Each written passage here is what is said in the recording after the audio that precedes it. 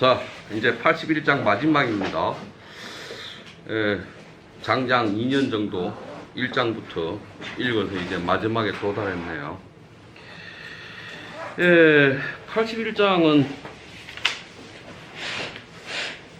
아마 노자가 말하는 성인의 모습이랄까요? 그런 걸 말하는 것 같아요. 한번 봅시다. 신어는 불미하고 미어는 불신하며 선자는 불변하고 변자는 불선하며 지자는 불박하고 박자는 부지하니라. 성인은 부적하야 기이위인이나 기유유하고 기여인이나 기유다니라. 천지도는 리이불해하며 성인지도는 위이부쟁하니라. 그랬네요. 선생님 선생님 책이 없으면 가만히 있어봐. 위로 쳐봐. 아니 이런 책이라서 봐. 이런 책. 아, 좋습니다. 이거 번역된 책. 제가 옛날에 공부하던 거. 예, 그러면 이제 해석을 해볼게요. 밑번말, 신의가 있는 말, 믿음직한 말. 밑번말은 아름답지 아니하고, 밑번말은 아름다운 말은 믿법지 아니하고, 믿업지 아니하고. 선한 사람은 말을 잘 하지 아니하고, 말을 잘 하는 사람은 선하지 아니하며, 아는 자는 두루 알지 못하고 두루 아는 자는 알지 못하니라. 성인은 쌓아두지 아니하야 이미 이위인 다른 사람에게 그것을 주되 이미 더욱더 많아지고, 이미 다른 사람한테 주었으나 자기는 더욱더 많아지나니라. 하늘의 돈은 이롭게 하되 만물을 해치지 아니하고, 성인의 돈은 사람을 위해 주되 다투지 아니하니라. 그래요. 그렇게 되어서 다시 들어보면 문장이, 이러한 문장 서술법을 어찌 말해야 돼요? 밑번말, 믿음이 있는 말은 아름답지 아니하다. 아름다운 말은 믿음이 있지 아니하다. 그 마치 이게 뭐야? 다가 울지 마라.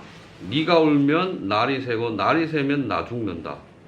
심청이가 새벽에 하는 연세법이잖아. 연세법. 그러니까 원숭이 엉덩이는 빨개, 빨가면 사과는 맛있어. 뭐 이런 거잖아. 맛있으면 바나나. 그런 연세법 같기도 하고, 신어는 불미하고 미어는 불신하고 이랬으니까 이 문장에 신자와 미자를 교묘하게 앞에 뒤에 이렇게 배치하면서 문장을 이렇게 만들어내는 그런 것 같아요. 그래서 이런 걸 보면 이게 제가 보기에는 신은 그래놓고 미연 그래놓고, 신은 불미 그래놓고 미연 불신 그래놨단 말이죠.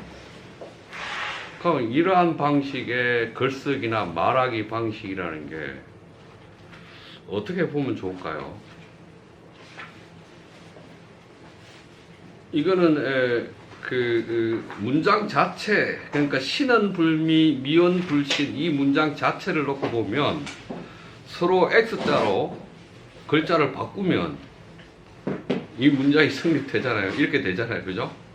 그러면 이러한 방식의 글쓰기를 시도한다는 것은 아마도 제가 보기에는 고단수의 글쓰기 방법, 말하기 방법 일터이고, 그러면서도 함축적으로 무언가를 전달하려고 하는 것 같아요.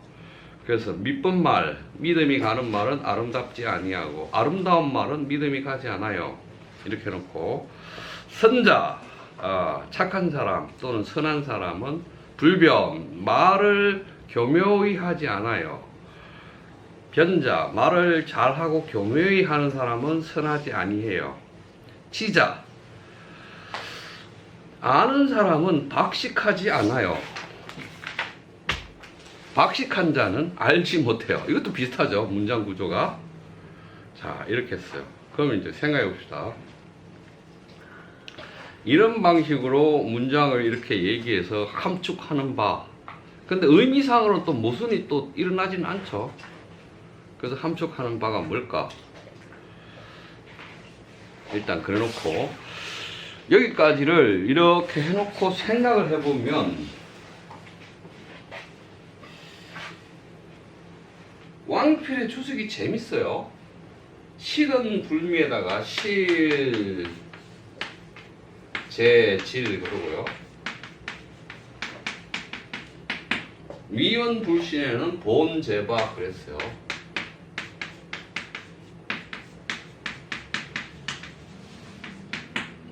그 다음에 선자 불변, 변자 불선, 치자 불박, 박자 부지. 여기에는 그랬어요. 이게 왕필의 주석인데 한번 생각해 봅시다. 아름다운 말은 신뢰가 가는 말은 아름답지 못해요. 그랬는데 참된 것은 그 바탕 질박함에 있어서 그래. 아름다운 말은 믿을 수 없어. 왜냐하면 그 본질은 통나무처럼 쪼개지지 않은 것이야. 질박함이야. 그 다음에 아는 사람은 박식하지 않아. 왜냐하면 그 궁극적인 것은 하나에 있기 때문이야. 그럼 질박일 그랬어요. 질박일 그랬는데 이 질박일이라는 게 지금까지 노다를 읽어서 질박일이라는 게 무엇을 의미했어? 도의 속성을 말했잖아요. 도의 성질이었잖아요. 도의 성질이 일이거나 통나무거나 질박하거나, 그렇죠? 그러면 다시 도의 성질대로 말하는 사람, 그가 말한 것은 신언일 텐데 신언은 불미야. 아름답지 않아. 그렇죠? 그런데 도의 일박질이 아니라 아름다운 말을 하는 사람들은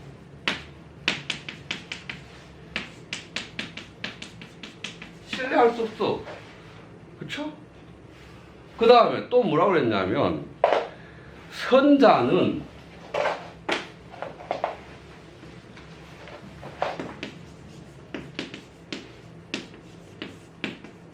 불변 그랬잖아요. 불변.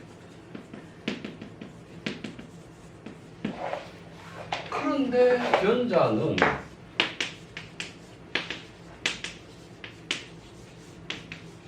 뭐라고 변자? 불성 그랬단 말이죠. 이렇게 계속 이렇게 해서 요것 그러니까 노란색으로 글을 쓴 것은 다 여기서부터 나와서 말해지는 것들이겠죠. 그렇죠? 그래요. 그래서 그 다음에 또 하자면 또 문장이 보니까 치자 불박이죠?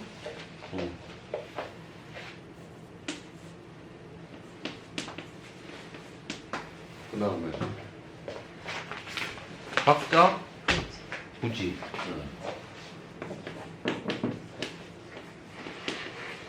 여기 흰색으로 써야죠.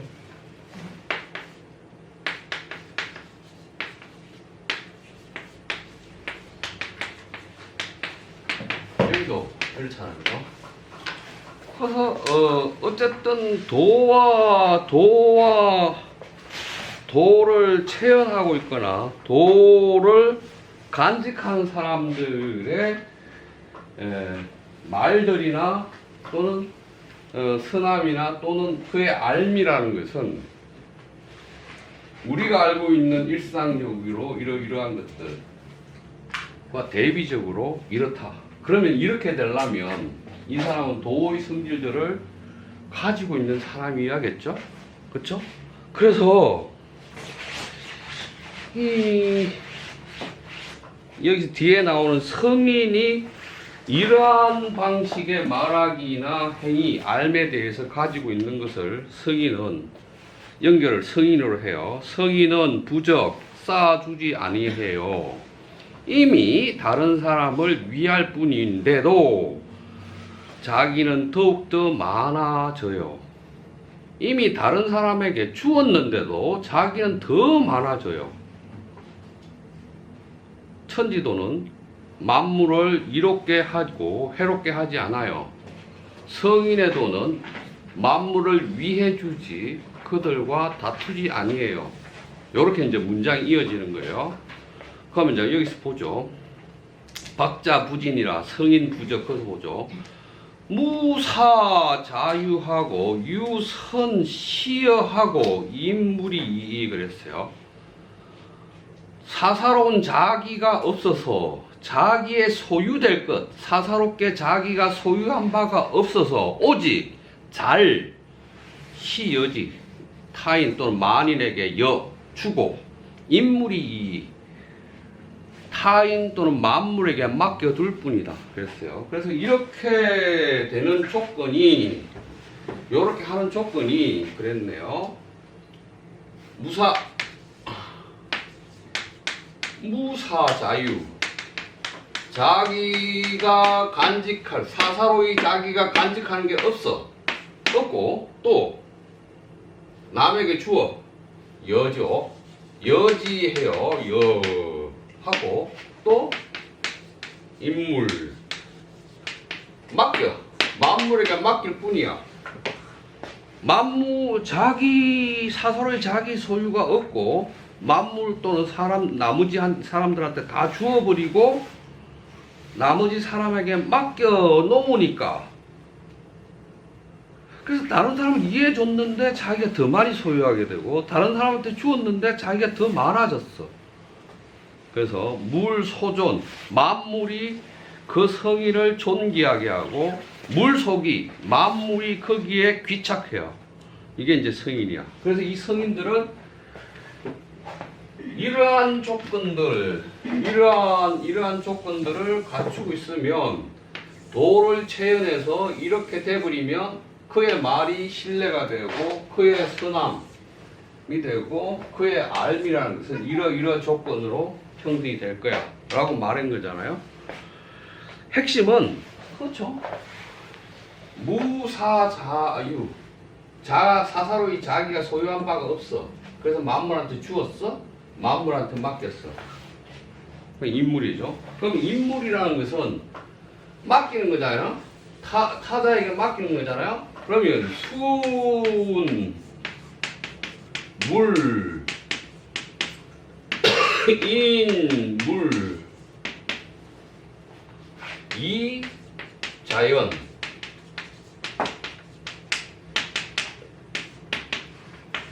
늘상 왕필이 앞에서 도를 주석할 때 순물이 자연, 인물이 자연 그랬잖아요.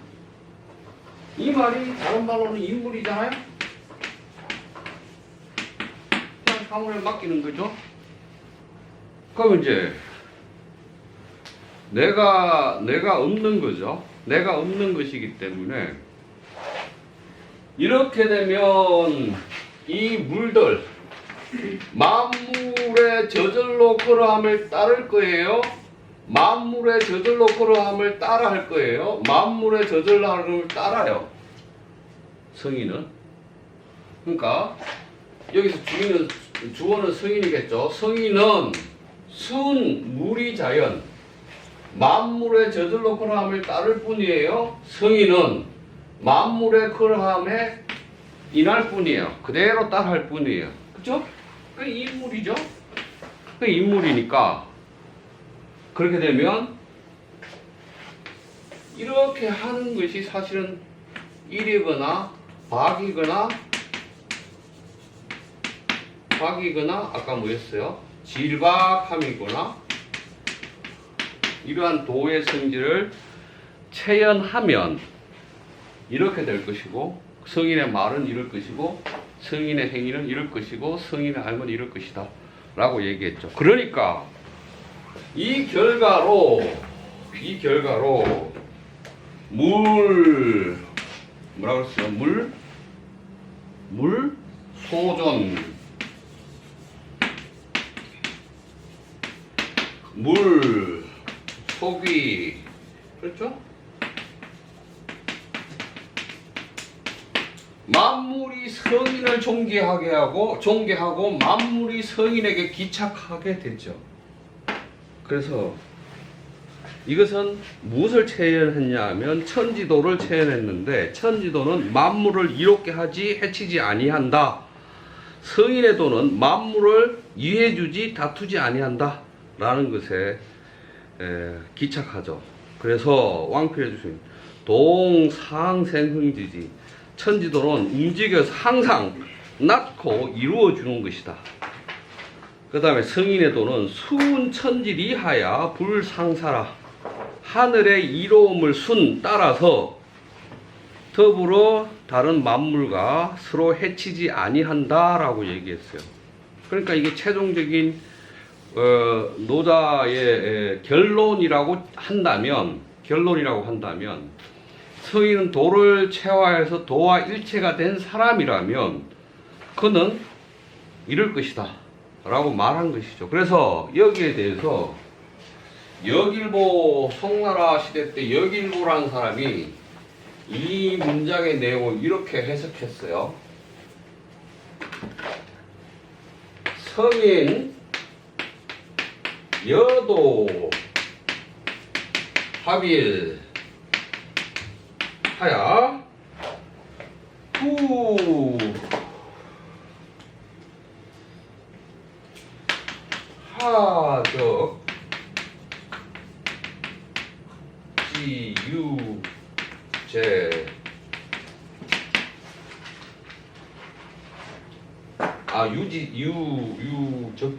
하적지유 하적지유 제리요.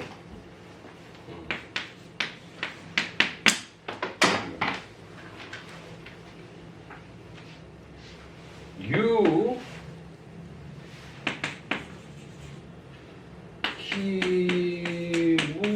기무적 고 만물 여아이기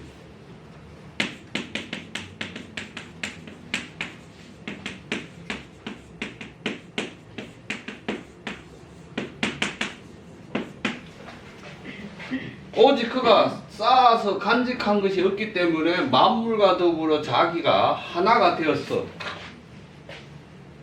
그래서 만물과 여아 위일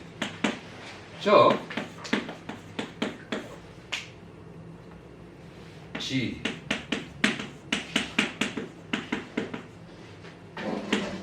지복 만물과 자기가 하나가 되니 지극히 복되게 되었어. 이렇게 풀이했는데 제가 보기에는 여길보의 이 풀이가 상당히 의미가 있어요. 성인은 도와 더불어 합하여 하나가 되었는데 무슨 어떤 쌓아놓은 것이 있겠는가?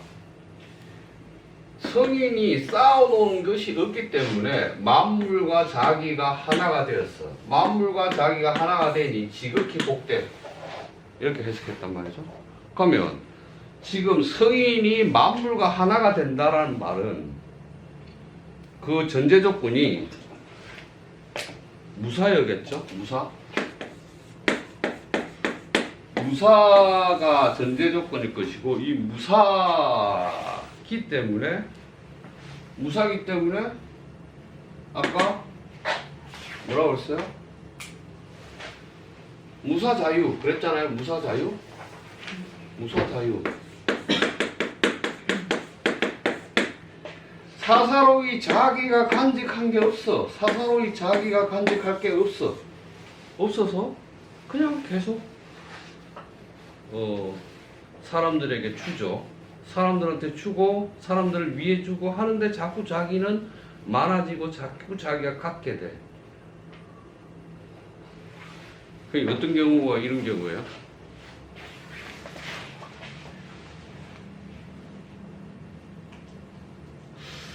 아마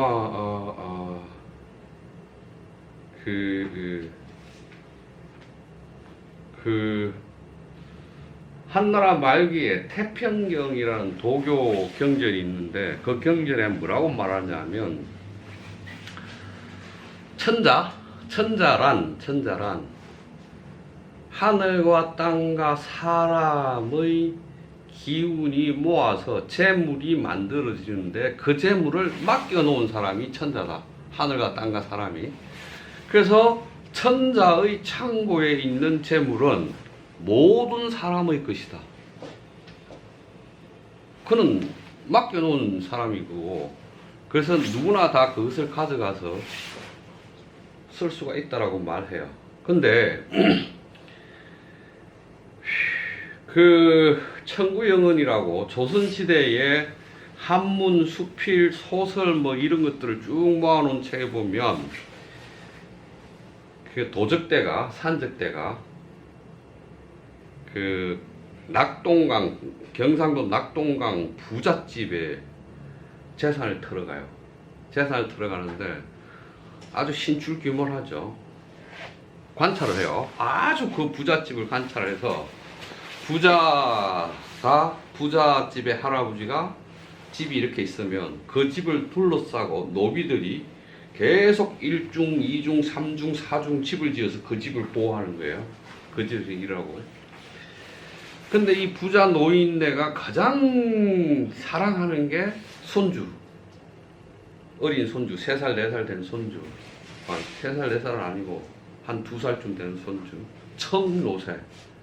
노새예요. 그러면 이제 그 집을 털러 가야 되는데 뭐 도적대가 이렇게 가면 들통이 나겠죠. 여러 사람이고 이러니까 어떻게 하냐면 한양의 관리가 결혼식을 해서 그 지방의 현감 그쪽한테 어디 쪽에 장가를 들러 오는 것처럼 양반 애들이 와가지고 막 그 가마꾼에 말 타고 막 이렇게 쭉 오는 거 있잖아요. 그런 흉내를 내서 와가지고 그 동네에서 전부 다 그 집을 습격해요. 습격해서 여자들은 여자들을 모으고 재물은 다 끌어가죠. 여자들을 손도 안 대요. 아이와 청노새와 재물을 가지고 가면서 그 영감한테 말하죠. 네가 부자인 것은 하늘이 너한테 부유함을 맡겨놓은 거야. 그래서 이건 네게 아니고 농민들이 일한 것이고 하늘의 기운, 땅의 기운이 같이 일군 거야. 그래서 내가 가져가는 것에 대해서 네가 뭐라고 말하면 안 돼. 대신에 내가 네 청노새와 네 손주를 데리고 가서 어디에 둘 테니 우리가 다 빠져나가는 기간이 사흘이 필요해. 사흘 동안 집에 있다가 어디로 와. 그러면 청노새와 네 손주를 한 사람이 데리고 있다가 놓고 네가 오는 걸 보고 말 타고 달아날 거야. 그 전까지 쫓아올 생각하지 마. 이러고 이제 간단 말이에요. 큰가? 이게 청구영원에 나와요. 청구영원에 나오는 소설이에요. 한문소설에 나오는 내용인데. 그러면 이제 생각해봐요. 만약 성인이라는 사람이 내가 이 나라의 주인이고 이 나라의 세금은 내가 가져야 하며 내가 명령해야 돼 라고 생각하면 사유하는 거죠. 사유하는 거. 이게 천지의 것이라서 내가 뭐 사사리 가지고 있을 거 없거나 내가 소유권을 주장할 수가 없어 라고 말하면 이렇게 될 것 같은데요. 그래서 제가 그 청구연을 읽으면서 깜짝 놀랐어요. 이거 한나라 말기에 태평경에 나오는 내용인데 어떻게 이걸 그대로 조선시대 한문 소설로 구현했지? 신기하다. 그런 놀라움을 가지고 읽은 적이 있어요. 그래서 이제 실은 청구영원의 대부분의 한문 소설이 도적 때, 화적 때, 그 홍길동전 비슷한 화적 이야기가 많잖아요. 대부분 많은데, 그러한 것들 안에서 이제 이 몰락한 양반들도 시대의 불만을 그런 걸로 소설로 풀어낸 것 같아요. 어쨌든 지금 다시 돌아오자면 이 81장은 노자가 말하는 성인인데, 노자가 말하는 성인이란 도를 체득한 사람이고, 도를 체득했기 때문에 사사로이 자기 소유가 없으며, 그러기 때문에 그가 말을 잘할 필요도 없었고 말할 필요도 없고 했는데, 그가 알고 말하고 행위하는 것은 딱 세 가지였다. 도의 속성이었던 일과 악과 질.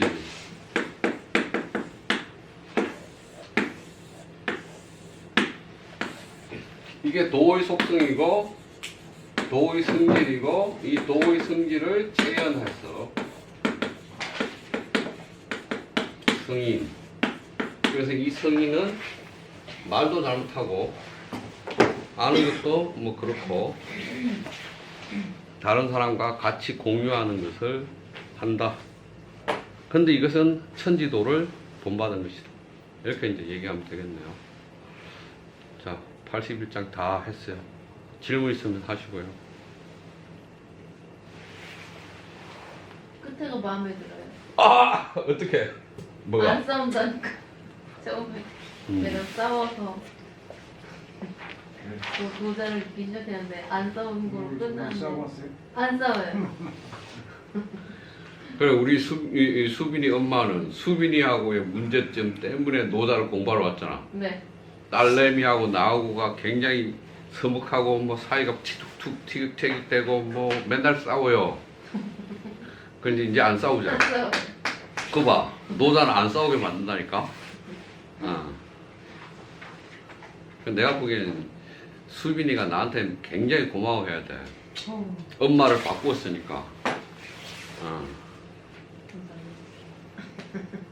그럼 우리 정세우 노자를 또 지금 나하고 두 번째 읽었을 텐데 한 바퀴 다 돌았는데 소감이 있으신가요?